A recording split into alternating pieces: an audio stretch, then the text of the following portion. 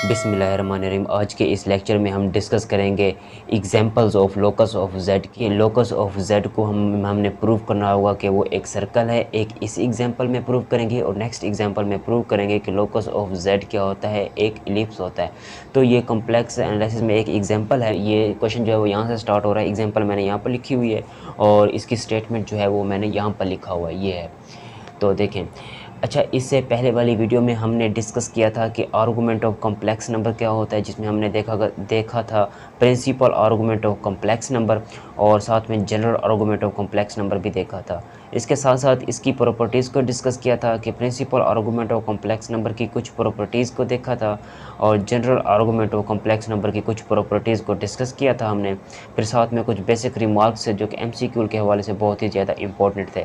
Previous lecture में हमने ये डिस्कस किया था। तो आज के इस लेक्चर में हम डिस्कस करने वाले हैं कि कॉम्प्लेक्स, इस चैप्टर में एक एग्जांपल है कॉम्प्लेक्स एनालिसिस के ऊपर कि अगर लोकस ऑफ जेड को प्रूव करना है या अगर कोई भी कॉम्प्लेक्स नंबर गिवन हो तो हमने प्रूव करना है locus of Z. Locus of Z क्या होता है, सर्कल होता है। और नेक्स्ट एग्जांपल में कोई भी कॉम्प्लेक्स नंबर गिवन होगा और हम प्रूव करेंगे कि लोकस ऑफ जेड क्या होता है, एक इलिप्स होता है। देखिए, लोकस का मतलब मैं आपको समझाता हूँ। पहले ये समझें कि अगर if z is equal to 1 plus iota plus 3 plus 2 iota into t divided by 1 plus iota t. अब ये एक कम्प्लेक्स नंबर गिवन है। अब जैसे ही इसको, अब ये देखें, इसको हम क्या करेंगे, प्रूव करेंगे कि लोकस ऑफ z क्या है। इसका लोकस ऑफ z क्या है, एक सर्कल है। अब लोकस का मतलब आप कुछ इस तरह से समझें, कोई मूविंग पॉइंट होता है ये, कि लोकस ऑफ z को हम प्रूव करेंगे इस एग्जाम्पल में कि वो सर्कल की इक्वेशन को रिप्रेजेंट कर रहा होगा। ठीक हो गया। फिर साथ में find the radius and centre of this circle. फिर जो आपके पास जो इक्वेशन ऑफ सर्कल निकलेगी, जो कि लोकस ऑफ जेड होगा, उस इक्वेशन ऑफ सर्कल से सेंटर फाइंड करेंगे, रेडियस फाइंड करेंगे, फिर उसको प्लेन में ड्रॉ करेंगे।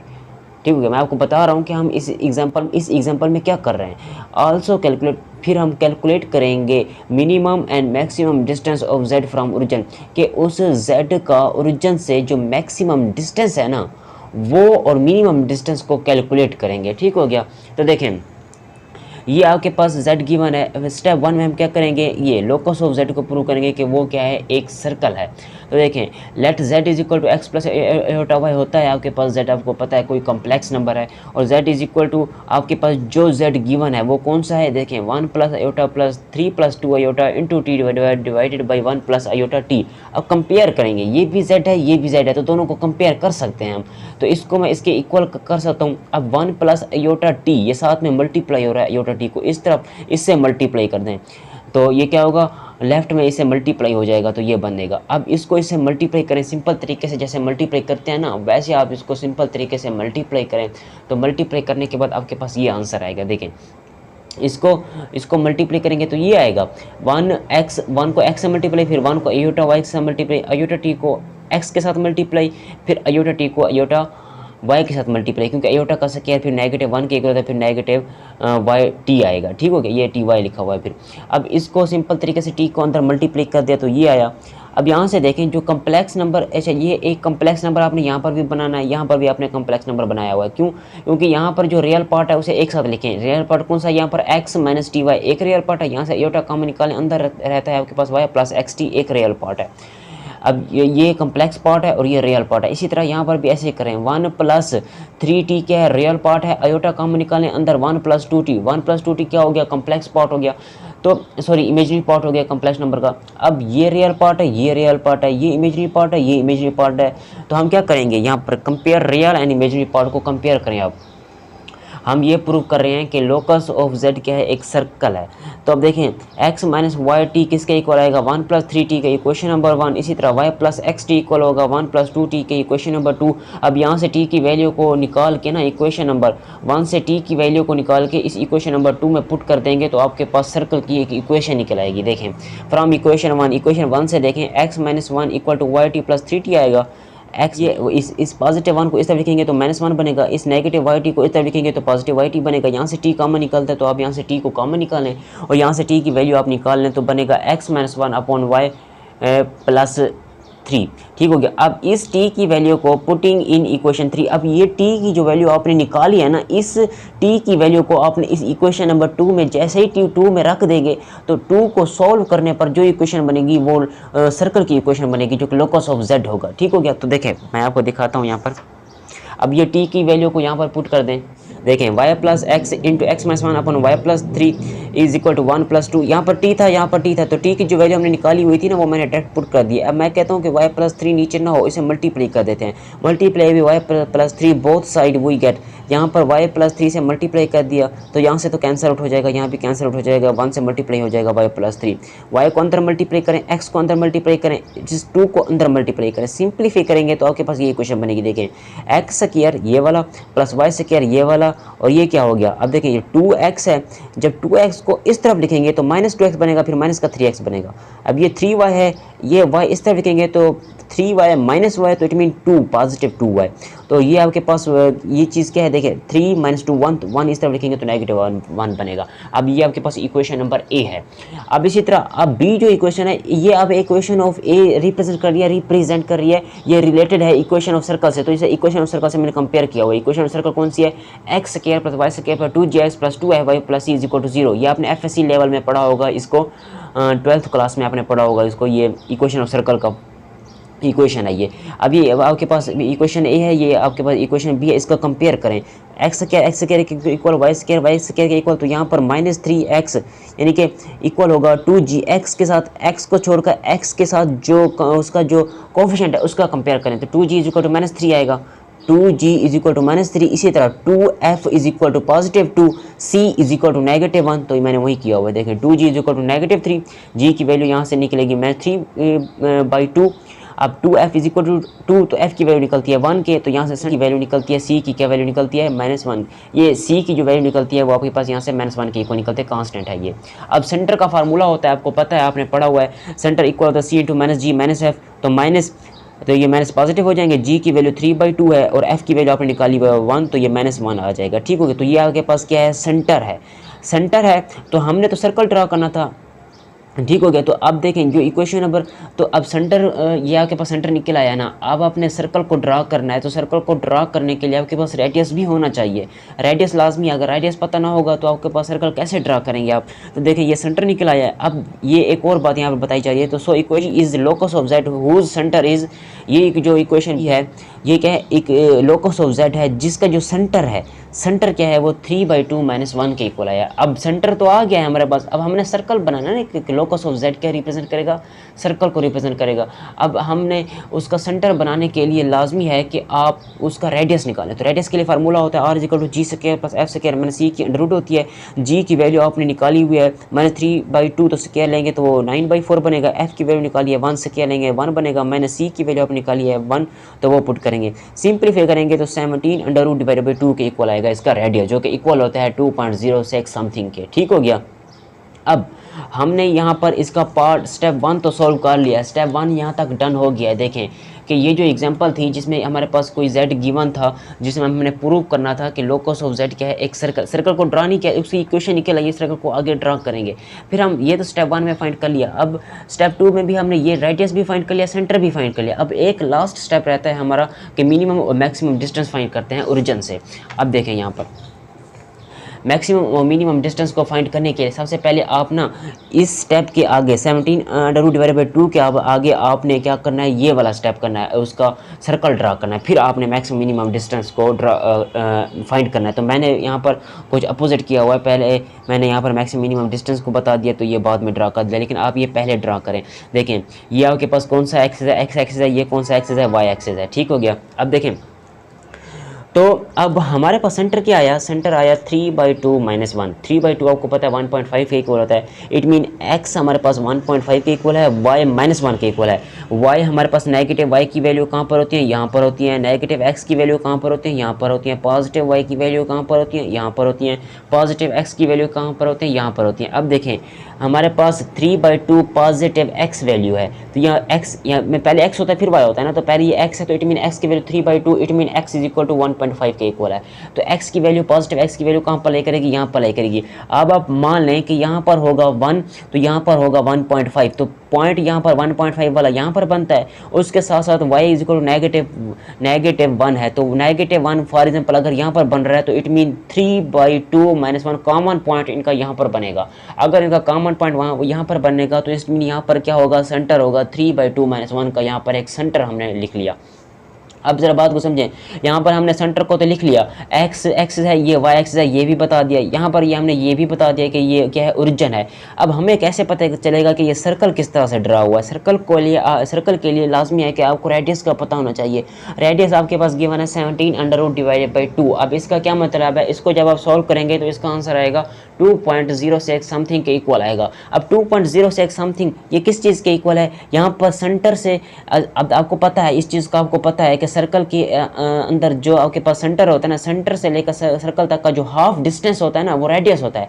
एक सर्कल का सेंटर से हाफ तक जो डिस्टेंस है सर्कल का हाफ क्या होता है, वो रेडियस होता है ना। तो इट मीन अगर ये सेंटर है तो सेंटर से आपने 2 पॉइंट इंक्रीज करना है, 2 पॉइंट आपने बढ़ना है। इस तरह 17√2 इक्वल होता है 2.0 समथिंग के। तो यहाँ से अगर फॉर एग्जाम्पल ये 1 है तो ये क्या होगा, 2 होगा, तो 2 से ज़रा आगे 2.06 यहाँ पर होगा। सिमिलरली इसी तरह जितना फासला यहाँ से यहाँ तक है उतना फासला यहाँ से यहाँ तक भी होगा। तो हमारे पास रेडियस कहाँ से, ये तो सेंटर है सर्कल का, अगर ये सेंटर है सर्कल का तो इसका रेडियस हमारे पास आया है 17√2 जो कि इक्वल होता है 2.06 के। फॉर एग्जाम्पल हम लेट कर रहे हैं तो 1 पॉइंट यहाँ पर है, यहाँ से लेकर यहाँ पर अगर 1 है तो यहाँ पर क्या होगा, 2 होगा, तो 2.06 समथिंग यहाँ पर फिर बनेगा, हमने अंदाजे के तौर पर बता दिया। तो यहाँ से अगर आपके पास एक प्रकार नुमा है ना, अगर आपके पास एक प्रकार है तो प्रकार को जैसे आप उठाएंगे तो यहाँ पर प्रकार की नोक को रखेंगे और यहाँ पर पेंसिल के निशान को रखेंगे। जैसे ही प्रकार की नोक को यहाँ पर रखेंगे, पेंसिल को यहाँ पर रखेंगे, जैसे ही आप उसे घुमाएंगे तो आपके पास एक अच्छा सा खूबसूरत सा सर्कल ड्रा हो जाएगा, इस तरह जिस तरह मैंने ड्रा किया हुआ है। ठीक हो गया। तो यहाँ से हमने लेट कर लिया, कोई भी नाम दे दें, यहाँ पर कोई ए पॉइंट है, यहाँ पर कोई बी पॉइंट है। ठीक हो गया। अब देखें, अब हमने मिनिमम और मैक्सिमम डिस्टेंस को फाइंड करना है। तो मिनिमम डिस्टेंस क्या होगा इसका, देखें minimum distance is equal to O A is equal to A C minus O C के इक्वल है। कैसे है, अब देखिए मिनिमम डिस्टेंस हमारे पास क्या है, ओ ए है, ये ओ है, ये ए है, तो इसका सेंटर से लेकर यहाँ तक का जो डिस्टेंस है वो मिनिमम डिस्टेंस हुआ ना। कम से कम डिस्टेंस सेंटर से लेकर इस पॉइंट ए तक का डिस्टेंस क्या हुआ, मिनिमम डिस्टेंस हुआ। और इस सेंटर से लेकर इस ओरिजिन से, मैं ओरिजिन कह रहा हूँ, इस ओरिजिन से लेकर इस ओ तक, इस ओरिजिन से लेकर इस ए तक का जो डिस्टेंस है वो क्या, मिनिमम डिस्टेंस है ना। अब इसी तरह इस ओरिजिन ओ से लेकर इस पॉइंट बी तक का डिस्टेंस कौन सा है, मैक्सिमम डिस्टेंस है ये। तो हमने ये मिनिमम डिस्टेंस एक ओ से ए तक मिनिमम डिस्टेंस फाइंड करना है, इस ओ से लेकर बी तक एक मैक्सिमम डिस्टेंस को फाइंड करना है। बस ये 2 चीज़ें फाइंड करनी है, फिर लेक्चर क्लोज है। देखें O A is equal to A C minus O C होगा। ओ ए कैलकुलेट करने के लिए पूरा अब देखें ए सी, ठीक हो गया, ए सी माइनस ओ सी, यानी कि सेंटर से लेकर ए तक का जो डिस्टेंस है, ये देखें सेंटर से लेकर ए तक का जो डिस्टेंस है उसमें से इस ओरिजिन के पॉइंट ओ से सी का डिस्टेंस अगर मैं निकाल दूँ, ये देखें ओ सी डिस्टेंस, यानी कि ओ सी डिस्टेंस अगर मैं निकाल दूं तो मेरे पास ओ ए का डिस्टेंस आ जाएगा, यानी कि ए सी जो है ना, अब देखें ओ ए मिनिमम डिस्टेंस है, ओ ए मिनिमम डिस्टेंस है, यहाँ से आपको डेफिनेटली अंडरस्टूड है, नज़र भी आ रहा है। तो वो निकालने के लिए इस ए सी से मैं अगर ए ओ सी को रिमूव कर दूँ तो ए ओ ए का डिस्टेंस आ जाएगा जो कि मिनिमम होगा। अब वही बात की जाए। अब यहाँ पर फिर हमने कैलकुलेट करना है ए सी और ओ सी। अब यहाँ पर ए सी को देखें, ए सी क्या है, ए सी आपके पास रेडियस है एक्चुअली। ए सी देखें, ए सी क्या है, आपके पास रेडियस है।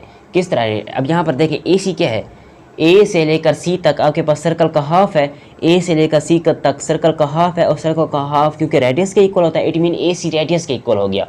ए सी किसके इक्वल हो गया, रेडियस के इक्वल हो गया, और रेडियस आपको पता है 17√2 के इक्वल है। अब इसी तरह नो ओ सी, अब हमें ओ सी भी चाहिए ना, क्योंकि देखें यहाँ पर मैंने एक नीचे लिखा हुआ है ना, तो बार बार थोड़ी टेंशन हो रही है। देखें एक ए सी की वैल्यू आ गई आपके पास, अब ओ सी की वैल्यू आपने निकालनी है। तो ओ सी की वैल्यू आप किस तरह से निकालेंगे, देखें ओ सी की वैल्यू को निकालने के लिए ना फार्मूला होता है, ओ से लेकर सी तक का जो डिस्टेंस है, डिस्टेंस फार्मूला आपको पता है x1 - x2 का स्क्वायर प्लस y1 - y2 का स्क्वायर होल की अंडर रूट इक्वल होती है। अब देखें ओ से लेकर सी तक का डिस्टेंस, ये आपको पता है क्या है। देखें यहाँ पर एक और बात, यहाँ पर फिर आप थोड़ा और समझें। ये देखें ये आपके पास क्या है, ओ है, और सी, ओ से सी तक का डिस्टेंस क्या होगा, देखें ओ के अंदर कौन सा पॉइंट है, 0 0 पॉइंट पड़ा हुआ है, ओरिजिन का पॉइंट, यहाँ पर एक्स भी 0 वाई भी 0, यहाँ पर एक्स 3/2 है और वाई क्या है -1 है। तो इससे लेकर इस तक का डिस्टेंस क्या बनेगा x1। तो अब यहाँ पर 0 0 x1 को 0 कंसीडर करें, x2 को 3/2 कंसीडर करें, y1 को 0 कंसीडर करें, y2 को -1 कंसीडर करें। जैसे इसको पुट करेंगे, वैल्यू सिंप्लीफाई करेंगे तो 13√/2 के इक्वल आएगा। अब ये वैल्यू उठाकर इक्वेशन नंबर स्टेरिक में पुट कर दें। देखिए ये जो इक्वेशन नंबर स्टेरिक मैंने निकाली ना, ये इसको इक्वेशन नंबर स्टेरिक का नाम दिया हुआ है, यहाँ पर वैल्यू पुट करें तो ये OC की वैल्यू है और ऊपर हमने AC की वैल्यू निकाली है। तो यहाँ पर जैसे ही पुट करेंगे तो अब आपके पास OA इक्वल आएगा 17√/2 - 13√/2 के, ये मिनिमम डिस्टेंस है। अब इसी तरह मैक्सिमम डिस्टेंस को फाइंड करते हैं। देखें मैक्सिमम डिस्टेंस क्या होगा यहाँ से, अब देखें इस मैक्सिमम डिस्टेंस क्या होगा ओरिजिन से लेकर, अब क्योंकि क्वेश्चन के स्टेटमेंट में हमें बताया गया है, देखें यहाँ पर ये देखें also calculate maximum and minimum distance of z from O क्या है, ओरिजिन है, ओरिजिन से मैक्सिमम मिनिमम डिस्टेंस फाइंड करें जेड का। तो देखें हमने क्या फाइंड किया, ओरिजिन से मिनिमम डिस्टेंस फाइंड किया, यहाँ से यहाँ तक मिनिमम डिस्टेंस फाइंड किया तो आ गया हमारे पास 17√/2 - 13√/2 के। अब यहाँ पर ओरिजिन से इस बी तक का जो मैक्सिमम डिस्टेंस है, ठीक हो गया, वो कैलकुलेट करें।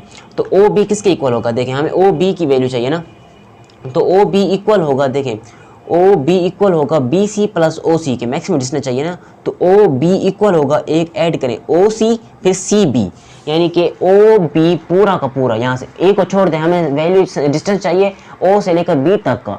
तो अब देखें ओ बी इक्वल होगा ओ सी प्लस सी बी के, यानी कि इसका एडिशन फिर इसका एडिशन ऐड करने पर ओ बी मिलेगा जो कि मैक्सिमम डिस्टेंस है। ठीक हो गया। देखें O B is equal to B C plus O C, O B is equal to B C क्या है, यहाँ पर बी सी क्या है, बी सी सर्कल का हाफ डिस्टेंस है और सर्कल का हाफ आपको पता है रेडियस होता है। अब रेडियस फिर आपको पता है 17√/2 के इक्वल आया। अब ओ सी को आप पहले ही फाइंड कर चुके हैं, वो आपके पास 13√/2 के इक्वल आया। इट मीन जो मैक्सिमम डिस्टेंस है वो 17√/2 प्लस 13√/2 के इक्वल आया। ठीक हो गया। तो ये आपके पास एक एग्जाम्पल है लोकस ऑफ जेड की, जिसमें हमने प्रूव करना था कि लोकस ऑफ जेड क्या है, एक सर्कल को डिनोट करता है। लोकस एक कुछ भी नहीं, एक मूविंग पॉइंट है। अब हमारे पास जेड कोई गिवन है, हमने प्रूव करना था कि लोकस ऑफ जेड एक सर्कल है। फिर सर्कल है तो उसका रेडियस फाइंड करें ताकि एक सर्कल को प्लेन में ड्रा कर सके। सेंटर को भी फाइंड किया हमने, फिर हमने कैलकुलेट किया मैक्सिमम और मिनिमम डिस्टेंस ओरिजिन से। ठीक हो गया। अब हम एक और एग्जांपल लोकस ऑफ जेड की प्रूव करते हैं। ये एक एग्जांपल है। अब इसी तरह ये एक देखें, यहाँ पर एक और एग्जांपल है, यहाँ पर एग्जांपल मैंने नीचे लिखा हुआ है, ये देखें ये एक एग्जांपल है। इस एग्जांपल की लोकस ऑफ जेड की एक और एग्जांपल को यहाँ पर हम प्रूव करते हैं। आपके पास एक एग्जांपल गिवन है कि अगर z is equal to 1 plus iota t का स्क्वायर हो माइनस आयोटा टी हो, then proof that locus of z क्या है, एक इलिप्स को रिप्रेजेंट करता है। Then find the semi major and semi minor axis को हमने फाइंड करना है। ठीक, अब देखें लेट कर लें कि z आपके पास x plus iota y, z क्या है, कोई कम्प्लेक्स नंबर है। तो कम्प्लेक्स नंबर को एक z ये है, एक z ये है, तो दो z को हैं तो वो कम्प्लेक्स नंबरों को आप कंपेयर कर सकते हैं, इक्वल कर सकते हैं एक दूसरे के। तो x plus iota y equal होगा 1 प्लस आयोटा टी का square minus iota t divided by 1 plus t का स्क्वायर। ठीक हो गया। अब देखें ये जो z है आपके पास, आप सिंपल इस तरह समझें, ये जो z है, z की ये वैल्यू उठाकर आपने यहाँ पर पुट कर दी तो बन गया x plus iota y is equal to 1 plus iota t का whole square minus iota t divided by 1 plus t का स्क्वायर। अब देखें x plus iota y equal होगा, इसका स्क्वायर ओपन करें तो बनेगा 1 प्लस टी का स्क्वायर प्लस 2 आयोटा टी। अब ये देखें 1 माइनस टी का स्क्वायर प्लस 2 आयोटा टी बनेगा, इसका स्क्वायर जैसे ही ओपन करेंगे तो minus 1 iota t divided by 1 plus t का स्क्वायर। सिंपलीफाई करें तो ये क्या बनेगा 1 माइनस टी का स्क्वायर। अब देखें 1 माइनस टी का स्क्वायर, इसे एक साथ लिख दें और 2 आयोटा टी में से एक आयोटा टी को सब्ट्रैक्ट करेंगे तो बनेगा iota t divided by 1 plus t का स्क्वायर। अब देखें इसको इसके नीचे डिवाइड कर दें, इसको इसके नीचे डिवाइड मीन के ये एलसीएम ब्रेक कर दें, ये कहने का मतलब है x plus iota y equal to 1 minus t का square divided by 1 plus t का square plus iota t divided by 1 plus t का स्क्वायर बनेगा। अब हमने अब ये देखें ये आपके पास रियल इमेजरी पार्ट है और ये क्या रियल पार्ट है, ये आपके पास रियल पार्ट है और ये इमेजरी पार्ट है। दो कम्प्लेक्स नंबर को इक्वल रखा हुआ है, इट मीन हमने इसका कंपेयर कर सकते हैं, रियल पार्ट और इमेजिनरी पार्ट कंपेयर कर सकते हैं इसका।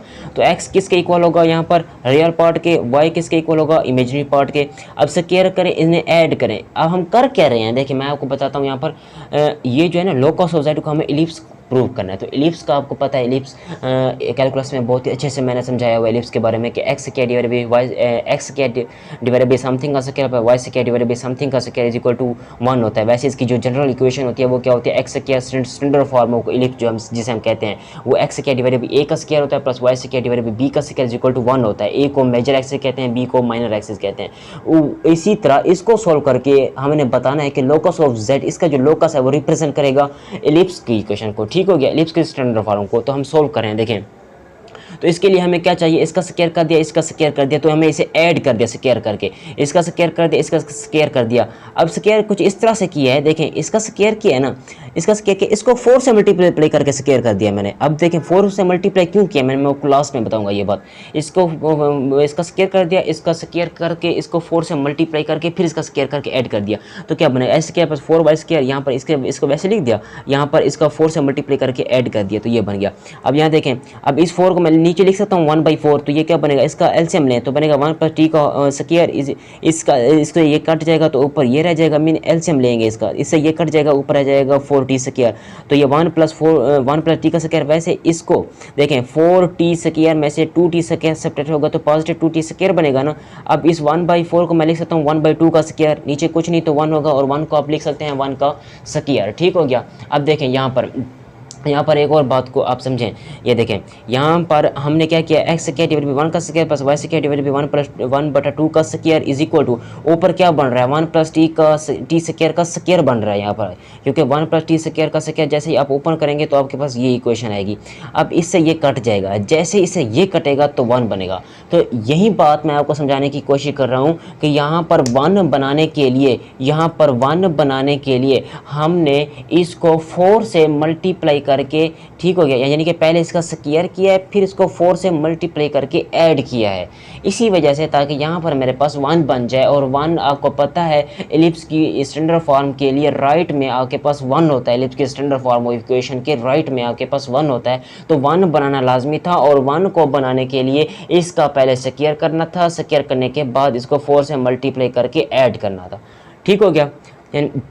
तो यहाँ पर मैंने 4 से मल्टीप्लाई करके ऐड कर दिया, यहाँ पर भी 4 से मल्टीप्लाई करके ऐड कर दिया। ऐड करने के बाद आपके पास ये इक्वेशन बनी, और ये इक्वेशन आपको रिप्रेजेंट कर रही है स्टैंडर्ड फॉर्म ऑफ इलिप्स, क्योंकि दरमियान में प्लस है। जब भी दरमियान में प्लस हो तो स्टैंडर्ड फॉर्म ऑफ इलिप्स को रिप्रेजेंट करती है, अगर माइनस हो तो स्टैंडर्ड फॉर्म ऑफ हाइपरबोला को रिप्रेजेंट करती है। कैलकुलस में इन चीज़ों को बहुत ही अच्छे से हमने डिस्कस किया हुआ है। एक्स स्क्वायर डिवाइडेड बाई 1 का square, y square divided by 1/2 का स्क्वायर इज इक्वल टू 1 आता है। अब देखिए इक्वेशन 1 आपके पास क्या है, इक्वेशन 1 क्या है, अब लोकस ऑफ जेड है, लोकस ऑफ जेड है विच इज एन इलिप्स। अब लोकस ऑफ जेड है जो कि रिप्रेजेंट कर रही है इलिप्स को, जिसका सीमी मेजर एक्सिस क्या है 1 है, सीमी मेजर एक्सिस 1 है, और सीमी माइनर एक्सिस क्या है 1/2 है। ठीक हो गया।